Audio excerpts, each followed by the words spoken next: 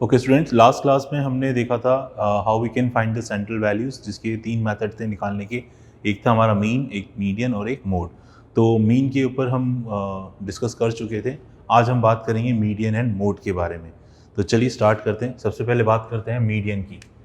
ठीक है, मीडियन से हम सेंट्रल वैल्यू कैसे निकालते हैं, how we can find the median from the given observations. Okay, so देखिए यहाँ पे मीडियन में क्या होता है, मीडियन को हम पोजिशनल मीन भी बोलते हैं, है ना। तो मीडियन कैसे निकाला जाता है ये देखते हैं, है ना। देखिए जो भी हमारे पास ऑब्जर्वेशन होगी, है ना, जो भी हमारे पास ऑब्जर्वेशन होगी, फर्स्ट उसको आप अरेंज कर ले असेंडिंग और डिसेंडिंग ऑर्डर में, जैसा भी आपको लगे, है ना। अरेंज द ऑब्जर्वेशन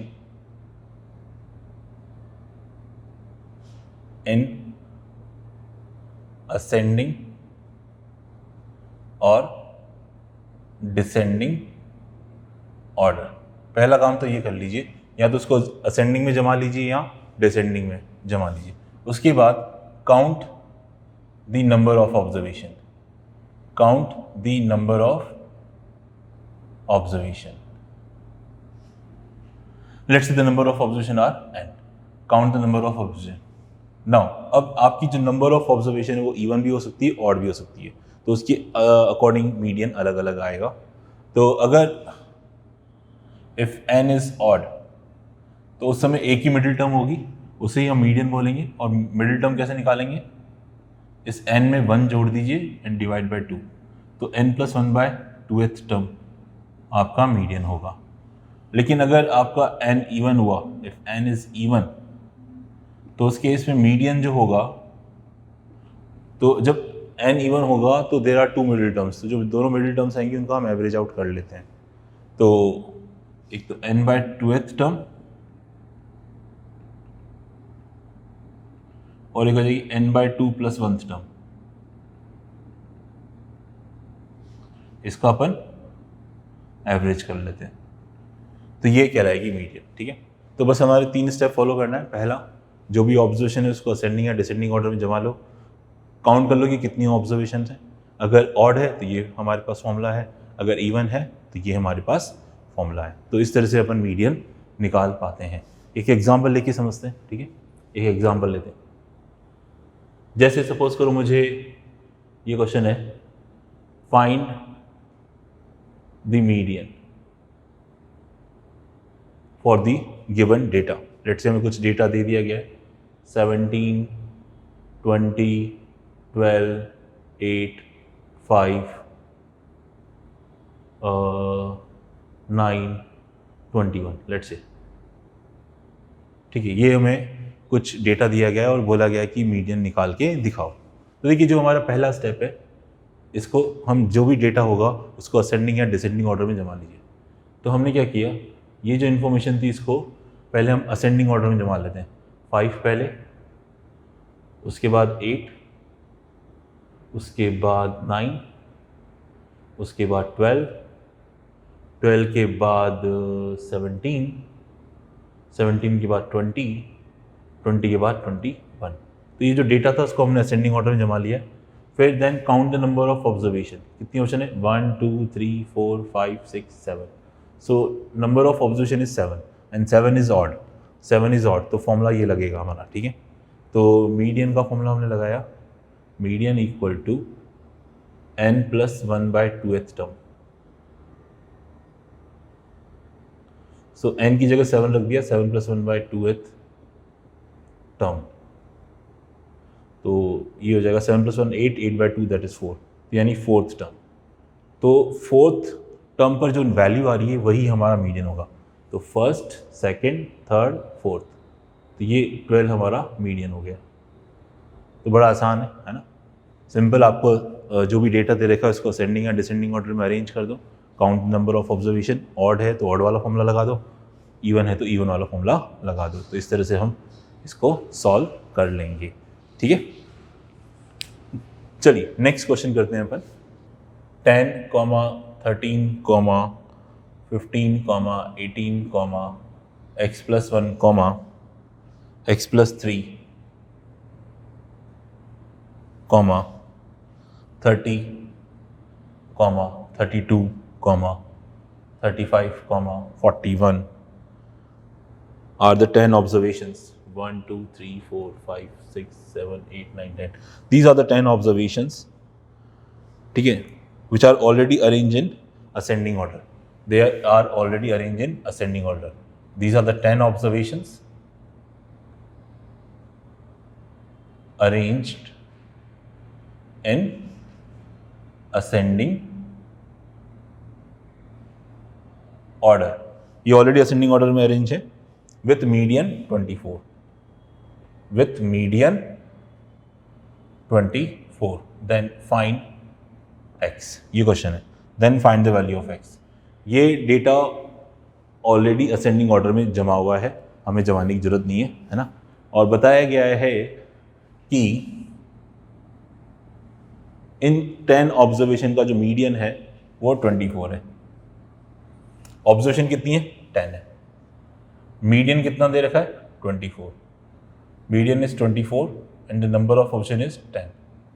तो मीडियन निकालने का हमारा फॉर्मूला था that is 1/2 n/2th term plus n/2 plus 1th term.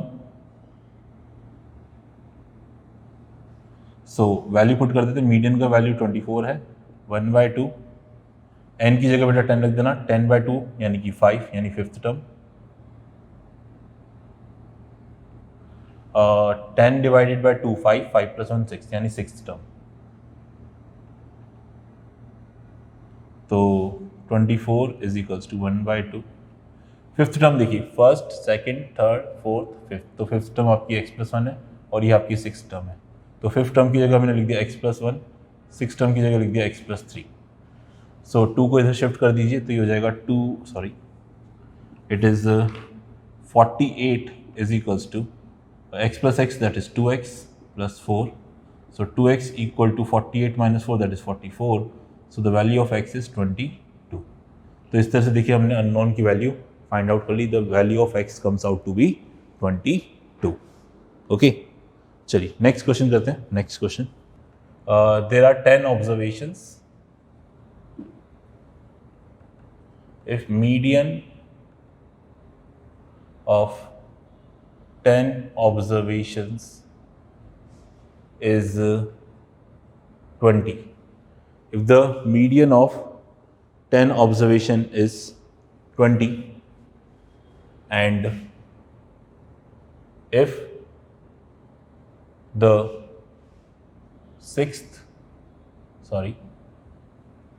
if the 8th observation is increased by 7, then find the new median. देखिए हमारे पास मीडियन बता रखा है 10 ऑब्जर्वेशन का कितना है 20, और इसने कहा कि जो 8th ऑब्जर्वेशन है उसको अगर हम 7 से बढ़ा दें तो नया मीडियन क्या होगा. अच्छा, ये और नोट कर लीजिए, जो 10 ऑब्जर्वेशंस हैं ये नोट कर लीजिए कि all 10 observations arrange in ascending order. ठीक है, वो already in ascending order. Okay, जो हमारी 10 ऑब्जर्वेशन है वो ऑलरेडी असेंडिंग ऑर्डर में जमी हुई है, ऐसा बताया गया है. और इसने कहा कि वो जो 10 ऑब्जर्वेशन है उनका मीडियन कितना है 20 है, और अगर हम 8th ऑब्जर्वेशन को 7 से बढ़ा देते हैं तो नया मीडियन क्या होगा. सीधी सी बात है. देखिए अगर आपके पास कितनी ऑब्जर्वेशन है 10, तो यानी आपका n 10 है और मीडियन 20 है. ओके, सही. तो नंबर ऑफ ऑब्जर्वेशन 10 है, तो यानी अगर नंबर ऑफ टर्म C1 होती तो मीडियन का फॉर्मूला था 1/2 n/2th term plus n/2 plus 1th term, यही हमारा फॉर्मूला था। तो मीडियन जो कि हमारा आ रहा है 20, दैट इज 1/2, यानी कि 5th टर्म,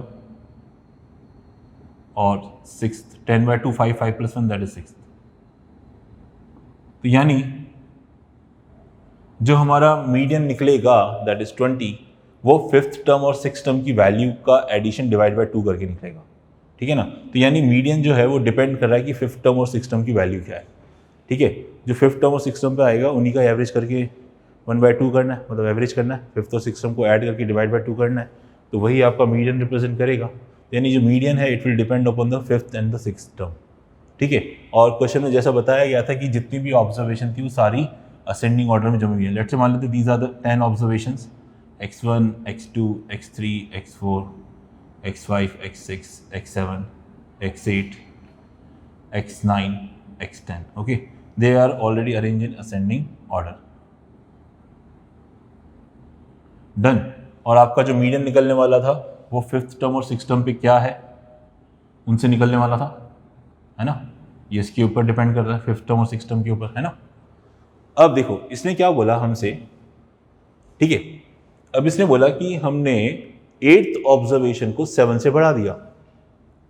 ये जो 8th ऑब्जर्वेशन है इसमें +7 कर दिया। जैसे ही आपने 8th ऑब्जर्वेशन में 7 प्लस किया तो हो सकता है कि अब ये जो 8th टर्म है, 9th टर्म है और 10th टर्म है, इनकी पोजीशनिंग में चेंज हो सकता है ना, ये आगे पीछे हो सकते हैं, लेकिन ये तीनों आपस में इंटरचेंज होंगे, है ना। 8th टर्म में 7 प्लस करने पे 5th टर्म पे जो पहले था वो ऑब्जर्वेशन अभी वही की वही रहेगी, 6th टर्म पे जो था वो ऑलरेडी वही का वही रहेगा, इन पे कोई इफेक्ट नहीं आ रहा, ये आपस में इंटरचेंज हो जाएंगे। तो इसका मतलब ये है कि अगर आप इसमें 7 प्लस कर भी दोगे तो मीडियन तो वही रहेगा, क्योंकि 5th और 6th टर्म तो चेंज ही नहीं हुई। अगर ये चेंज होती तो डेफिनेटली मीडियन भी चेंज होता। तो इसलिए इसमें 7 प्लस करने से आपके आंसर में कोई चेंज नहीं आएगा। So the new median is again the same. क्यों? क्योंकि आपकी 5th टर्म और 6th term as it is है, ठीक है। अब अगर सपोज करो कोई बच्चा सोचे कि सर चलो अभी तो प्लस कर दिया, अगर सर माइनस करते तो, अगर आप 8th टर्म में +7 कर दिया तो उस समय न्यू मीडियन रिमेन्स सेम, है ना, न्यू मीडियन भी वही था 20। लेकिन अगर कोई बच्चा कहे कि सर अगर आप 8th टर्म में अगर -7 कर देता तो न्यू मीडियन क्या होता, तो नया मीडियन क्या होता। अब ये समझने वाली बात है कि अगर मैं इसमें से -7 करता, अगर मैं इसमें -7 करता तो अगर डेफिनेटली आप 8th टर्म में से अगर 7 माइनस करोगे तो अब मुझे नहीं पता कि हो सकता है कि ये 5th और 6th टर्म से भी छोटा हो जाए, है ना, x8 और पीछे आ जाए, तो हम कुछ कह नहीं सकते। हो सकता है कि x8 7 माइनस करने पे भी बड़ा ही रहे, ये भी पॉसिबल है। तो अगर आप 8th टर्म में से अगर 7 माइनस करते हो तो हो सकता है कि इनकी पोजीशन चेंज हो जाए, और इनकी अगर पोजीशन चेंज हो जाएगी तो मीडियन भी चेंज होगा, लेकिन क्या होगा वो हम बता नहीं सकते। तो इस केस में अगर ऐसा कोई क्वेश्चन आता है कि जिसमें आप बोला जाता है कि 8th टर्म में अगर 7 माइनस कर दो तो बताओ नया मीडियन क्या होगा, तो आपका जवाब होना चाहिए data is inadequate to give the answer. क्यों? क्योंकि हो सकता है कि इसमें से 7 माइनस करने पे x8 5th और 6th टर्म से भी छोटा हो जाए, तो पोजीशन चेंज हो जाएगी, पोजीशन चेंज हो जाएगी तो मीडियन तो पोजीशन के ऊपर डिपेंड करता है ना, कि 5th टर्म पे कौन है, 6th टर्म पे कौन है। अगर उस पर ही वैल्यू चेंज हो जाएगी तो मीडियन भी चेंज होगा। अब वैल्यूज तो हमें पता ही नहीं है क्या है, तो इसलिए अगर इस तरह का क्वेश्चन आएगा तो आपका जवाब होना चाहिए न्यू मीडियन इस, कह सकते हो कि data is inadequate to give the answer, data is not sufficient to give the answer. मेरे ख्याल से समझ में आ गया होगा। हाँ, प्लस करते हैं तो कोई दिक्कत नहीं, क्योंकि प्लस करने से इनकी पोजीशन पे कोई चेंज नहीं आ रहा है, इसलिए मीडियन सेम था, है ना। प्लस करने पे कोई दिक्कत नहीं, माइनस करने पे दिक्कत है, ठीक है। चलिए आगे बढ़ते हैं नेक्स्ट क्वेश्चन की तरफ।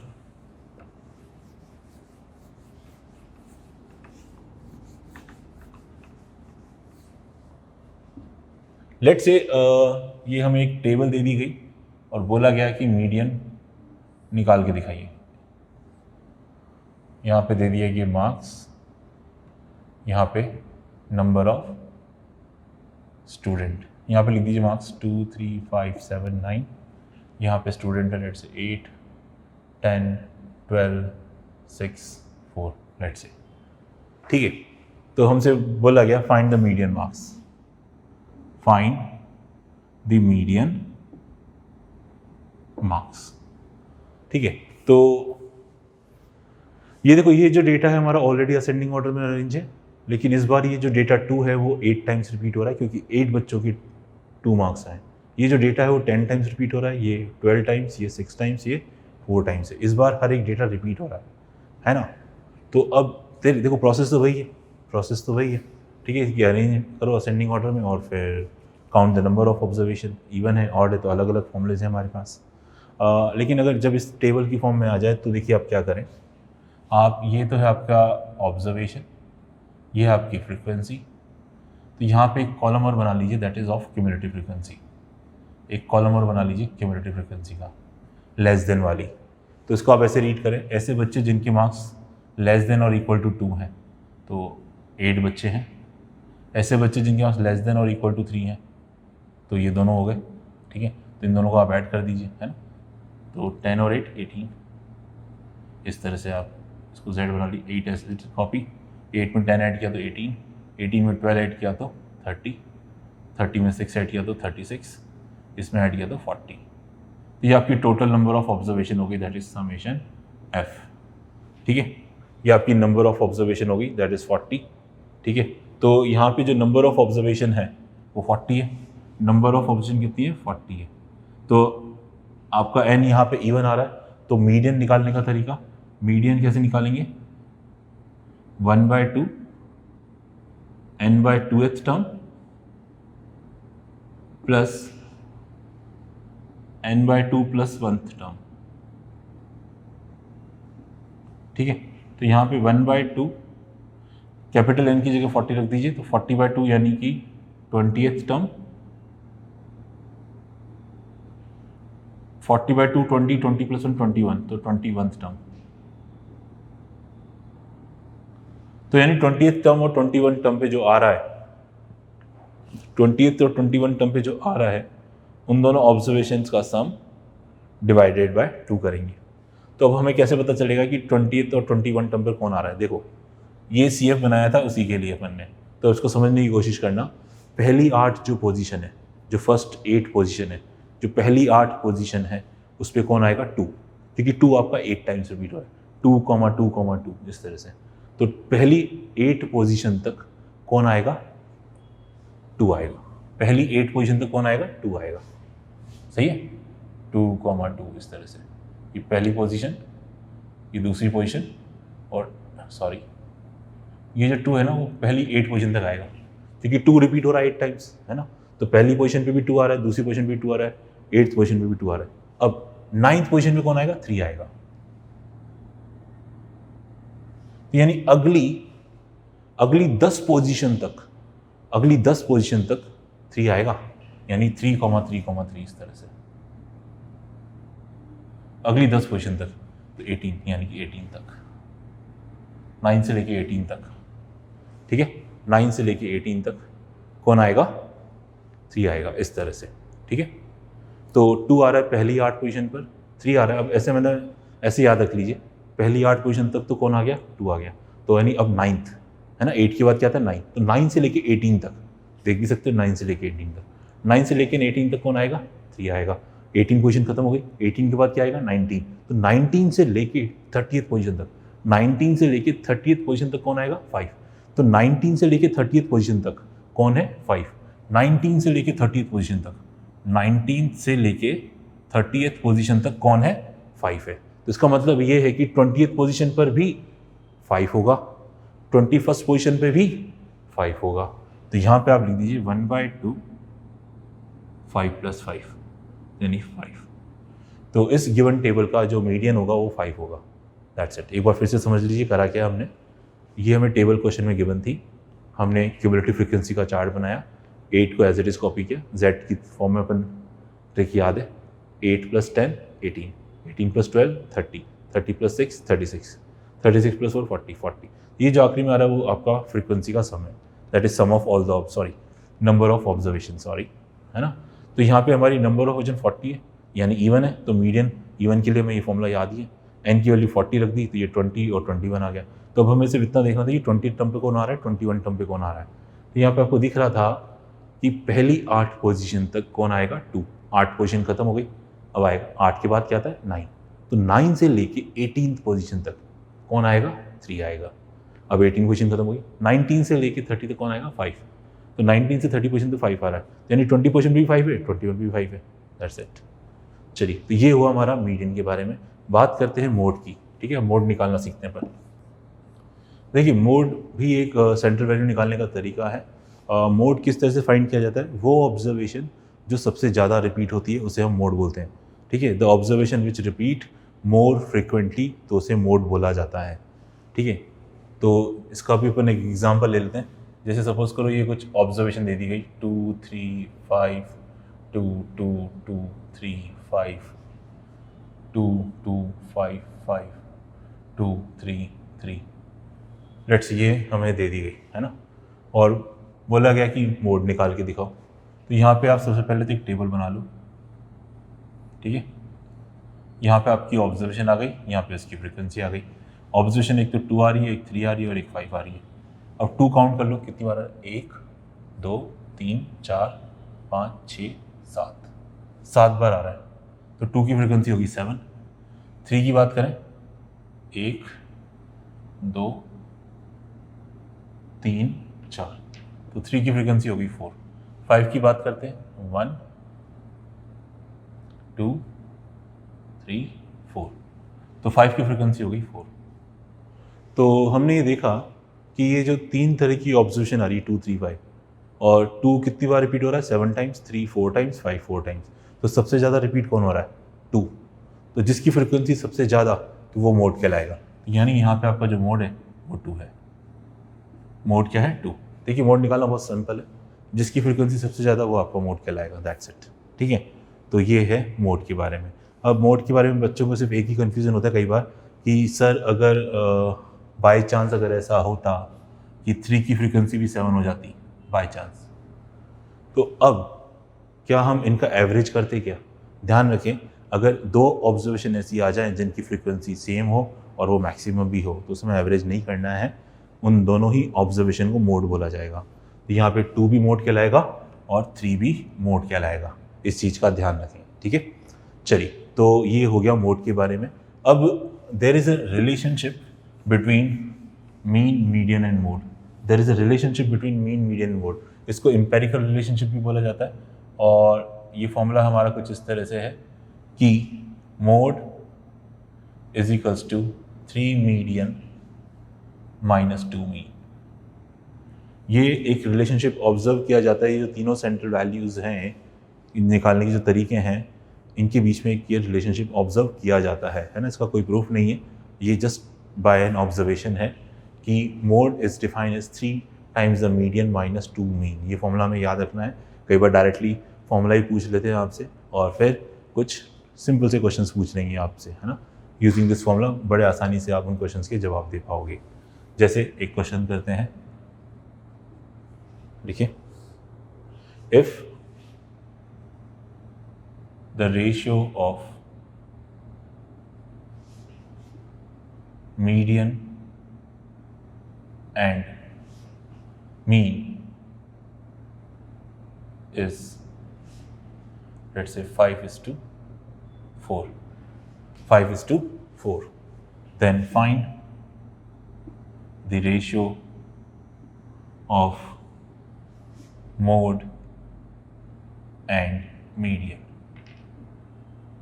ठीक है। तो क्वेश्चन में दे रखा है कि मीडियन और मीन का रेशियो 5:4 है, तो बताओ मोड और मीडियन का रेशियो क्या होगा।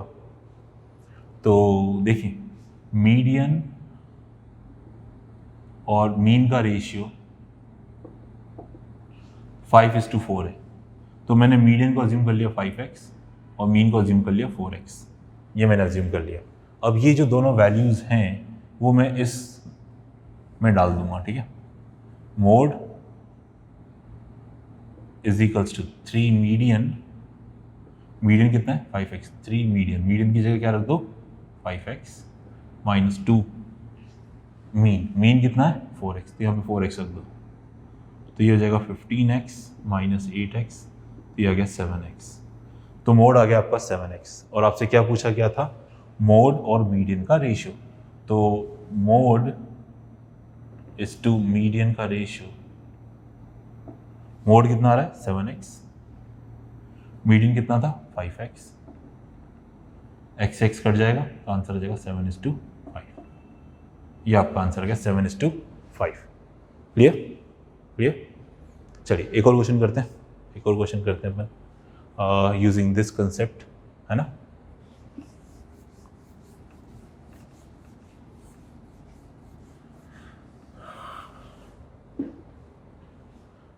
If difference between mode and median is 10, then find the difference between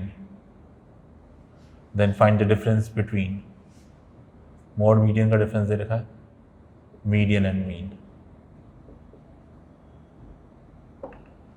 find the difference between median and mean. Okay, हमें मोड और मीडियन का डिफरेंस दे रखा है दैट इज 10, और हमसे बोला जा रहा है कि मीडियन एंड मीन का डिफरेंस बताइए क्या होगा। तो देखिए यहाँ पे हमें फॉर्मूला याद है कि mode is equals to 3 median minus 2 mean. Okay, ये हमें दे रखा है कि मोड का फॉर्मूला होता है 3 मीडियन माइनस 2 मीन, ये हम जानते हैं, है ना।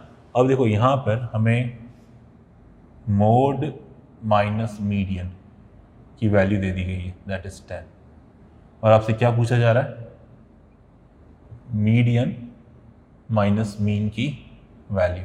ठीक है, तो हम ये फॉर्मूला यूज़ करते हैं। देखो अपन क्या करते हैं, यहाँ पे जो 3 मीडियन है इसमें से एक मीडियन को इधर शिफ्ट कर दीजिए, 1 मीडियन को इधर शिफ्ट कर दिया, तो यहाँ पे मोड 3 में से एक मीडियन इधर चला गया, तो 3 में से एक चला गया, तो यहाँ पे 2 रह जाएंगे, 2 मीडियन माइनस 2 मीन। ठीक है, मोड माइनस मीडियन की वैल्यू हमें 10 दे रखी है, यहाँ से 2 कॉमन ले लीजिए,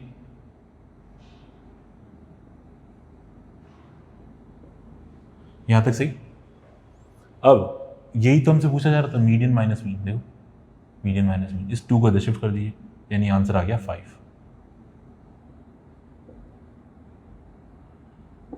तो ये हमारा सॉल्व हो गया क्वेश्चन। ठीक है, तो ये हमने कुछ क्वेश्चंस करे based on the relationship between mean, median and mode. ठीक है, चलिए एक लास्ट क्वेश्चन करते हैं, और summation x i minus x bar is equal to 0, ये हमें प्रूव करके दिखाना है, और आई की वैल्यू 1 से लेकर n तक वेरी करेगी, तो इसको हमें प्रूव करके दिखाना है। चलिए देखिए करते हैं इसको प्रूफ।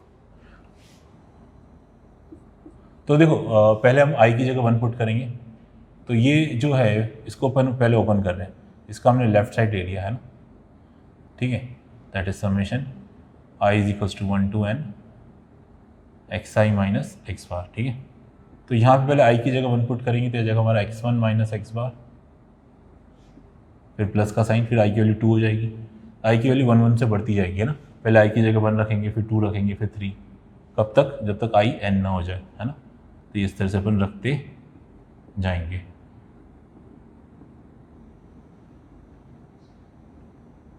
ठीक, आई की जगह 1, फिर 2, फिर 3, कब तक, जब तक n ना हो जाए। आई की वैल्यू 1 से लेके n तक रखनी है। यहाँ पे पहले x1 आएगा, फिर x2 आएगा, x3, x1, x2, x3 till n तक xn। ठीक है, और ये x बार था एज इट इज है। अब इन सब में से हमने x1, x2, x3, xn को एक साथ रख लिया।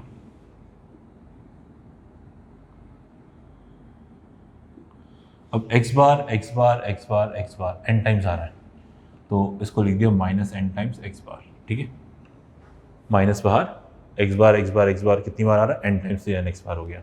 यहाँ तक सही। अब देखिए x बार का मतलब है मीन, है ना। x बार का मतलब है मीन, और मीन को हमने डिफाइन किया था, mean is defined as sum of observation divided by number of observation. ठीक है, ये हमने डिफाइन किया था। अभी x1 plus x two up to xn, इस n को इधर ले जाओ क्रॉस मल्टीप्लाई करके, तो आप बोलोगे sir x1 plus x two up to xn की वैल्यू nx बार हो जाएगी, ठीक है। इसकी वैल्यू कितनी हो जाएगी, nx बार। तो यानी sum of all the observation is nx bar. तो यहाँ पे इसकी जगह आप nx बार रख दीजिए, ठीक है। तो यहाँ पे हमने इसकी जगह nx बार रख दिया, तो nx बार में से nx बार गया तो ये 0 आ गया। तो ये हमारा प्रूफ हो गया, that is equal to RHS, ठीक है। तो ये चैप्टर हमारा यहाँ पे ख़त्म होता है। Thank you.